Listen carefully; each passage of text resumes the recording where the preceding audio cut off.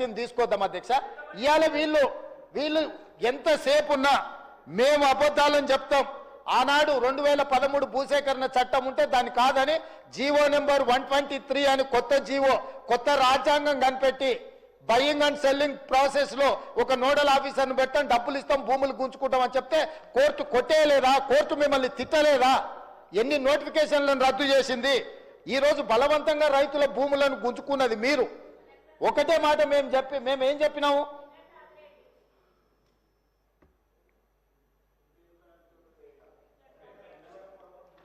నేను ఒకటే చెప్పదలుచుకున్నా అధ్యక్ష. ఈరోజు వాళ్ళు అర్థం చేసుకోవాల్సింది, కామారెడ్డిలో చంద్రశేఖరరావు గారిని ప్రజలు ఓడగొట్టిండ్రంటే ప్రజల ఆగ్రహం ఎట్లుందో అధ్యక్ష. నాకు ఓటమి మొదటిసారి కాదు, నేను ఓడినా గెలిచిన. కానీ ఆయన ఇంద్రుడు, చంద్రుడు, దేవుడు, తెలంగాణ ప్రదాత, తెలంగాణను ఉద్ధరించడానికే తెలంగాణకి ఆయన జాతి పిత అని, వీళ్ళు తెలంగాణ జాతి పిత అని చెప్పుకున్న చంద్రశేఖరరావును కామారెడ్డి ప్రజలు బండకేసి కొట్టి ఒక సామాన్యుని ఎమ్మెల్యేగా గెలిపించారు. నేను ఆ రోజే చెప్పిన, నేను పోతుండొచ్చు కానీ పోతా నిన్ను పట్టుకొని పోతా అని. నేను పోతా నిన్ను పట్టుకొని పోతా అని. సో కామారెడ్డిలో ఓడగొట్టిన ప్రజలు తిరస్కరించిన ఎందుకు ఇంకా బుకాయించాలనుకుంటున్నారు అధ్యక్ష? ఎందుకు బుకాయిస్తున్నారు? ఇప్పటికైనా నేను చెప్తున్నా అధ్యక్ష, మూసీ ప్రాజెక్టును కట్టాలన్నా వద్దా మీరు చెప్పండి. మెట్రో రైళ్లు విస్తరించాలన్నా వద్దా మీరు చెప్పండి. రేడియల్ రోడ్స్ వేయాలన్నా వద్దా చెప్పండి. రీజనల్ రింగ్ రోడ్డును నిర్మించాలన్నా వద్దా మీరు చెప్పండి. హైదరాబాద్ నగరానికి గోదావరి జలాలను తరలించాలన్నా లేదా మీరు చెప్పండి. తెలంగాణ రాష్ట్రానికి మీరు పెట్టుబడులను తేవాలంటున్నారా వద్దంటున్నారా చెప్పండి. ఈరోజు ప్రపంచంలోనే అత్యధికంగా ఇన్ఫోసిస్ సంస్థ హైదరాబాద్లో అత్యధికంగా జాబులు ఉన్నాయి. మేము వచ్చినాక ఇన్ఫోసిస్ విస్తరించినాం, విప్రో విస్తరించినాం.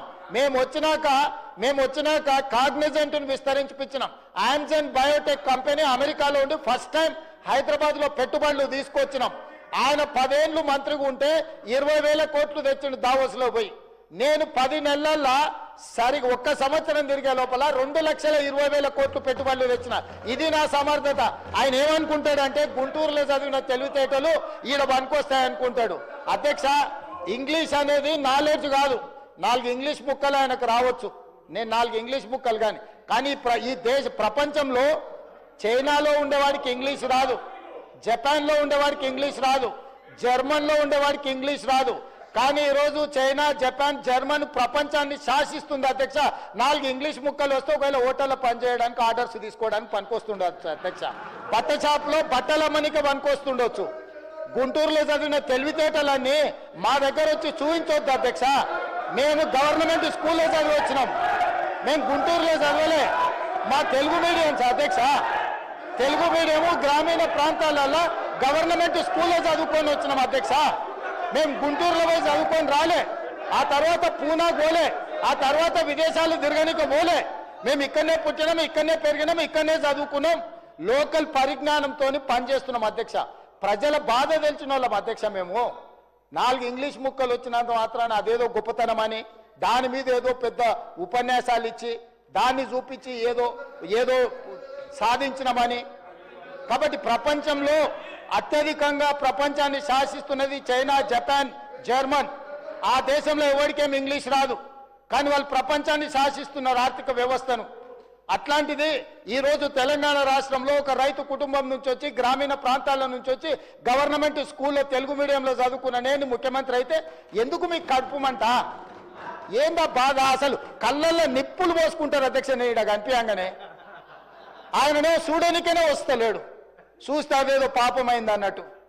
కాబట్టి ఇప్పటికైనా దయచేసి ఈ 5 ఏళ్ళు కాదు వచ్చే 5 ఏళ్ళు కూడా, ఈ 5 ఏళ్ళు కాదు వచ్చే 5 ఏళ్ళు కూడా మేమే ఉంటాము.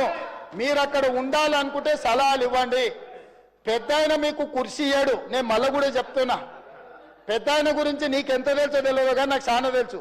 వెనకటికి నీకు కూడా చెప్పిన, నువ్వు ఆశించకని. ఇప్పుడు కూడా నేను చెప్తున్నా పాపం ఉండనియండి, పెద్ద మనిషి తెలంగాణ కోసం కొట్లాడిండని మీరే చెప్తారు. ఆయన కుర్చీ మీద కన్నేస్తారు మీరు ఇద్దరు కలిసి. ఎందుకు ఆయన మీద పగబట్టారు? కుటుంబంలో పెద్ద దిక్కు ఒక ఆయన ఉండాలి, పెద్ద దిక్కు ఉంటేనే గౌరవం ఉంటుంది. పెద్ద ఆయనను కూడా ఖతం చేసి కుర్చీలో కూర్చోవాలనే స్కీమ్లు వేయకండి. ఇంతకుముందే నేను కాగితం తెచ్చిస్తే ఏందో అనుకున్నా, మా వాళ్ళు చెప్తున్నారు గతంలో నేపాల్ యువరాజు దీపేంద్ర తన కుటుంబంలోని 8 మందిని AK-47 పెట్టి కాల్ చేసిందట, పదవి ఇయ్యలేదని. నేపాల్ రాజు వాళ్ళ పిల్లగాడు కుటుంబంలో పదవులు ఇస్తలేరని రాత్రి డిన్నర్కి పిలిచి AK-47 పెట్టి ఇంట్లోన్న వాళ్ళందరినీ AK-47 పెట్టి కాల్ చేసిండట. అట్లాంటి పరిస్థితులు తెలంగాణలో రాకుండా చూడండి అధ్యక్ష.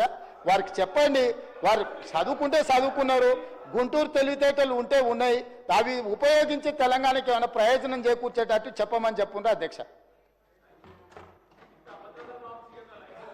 కేటీఆర్ గారు సార్ ఒక్క 5 నిమిషాలు క్లోజ్ చేసి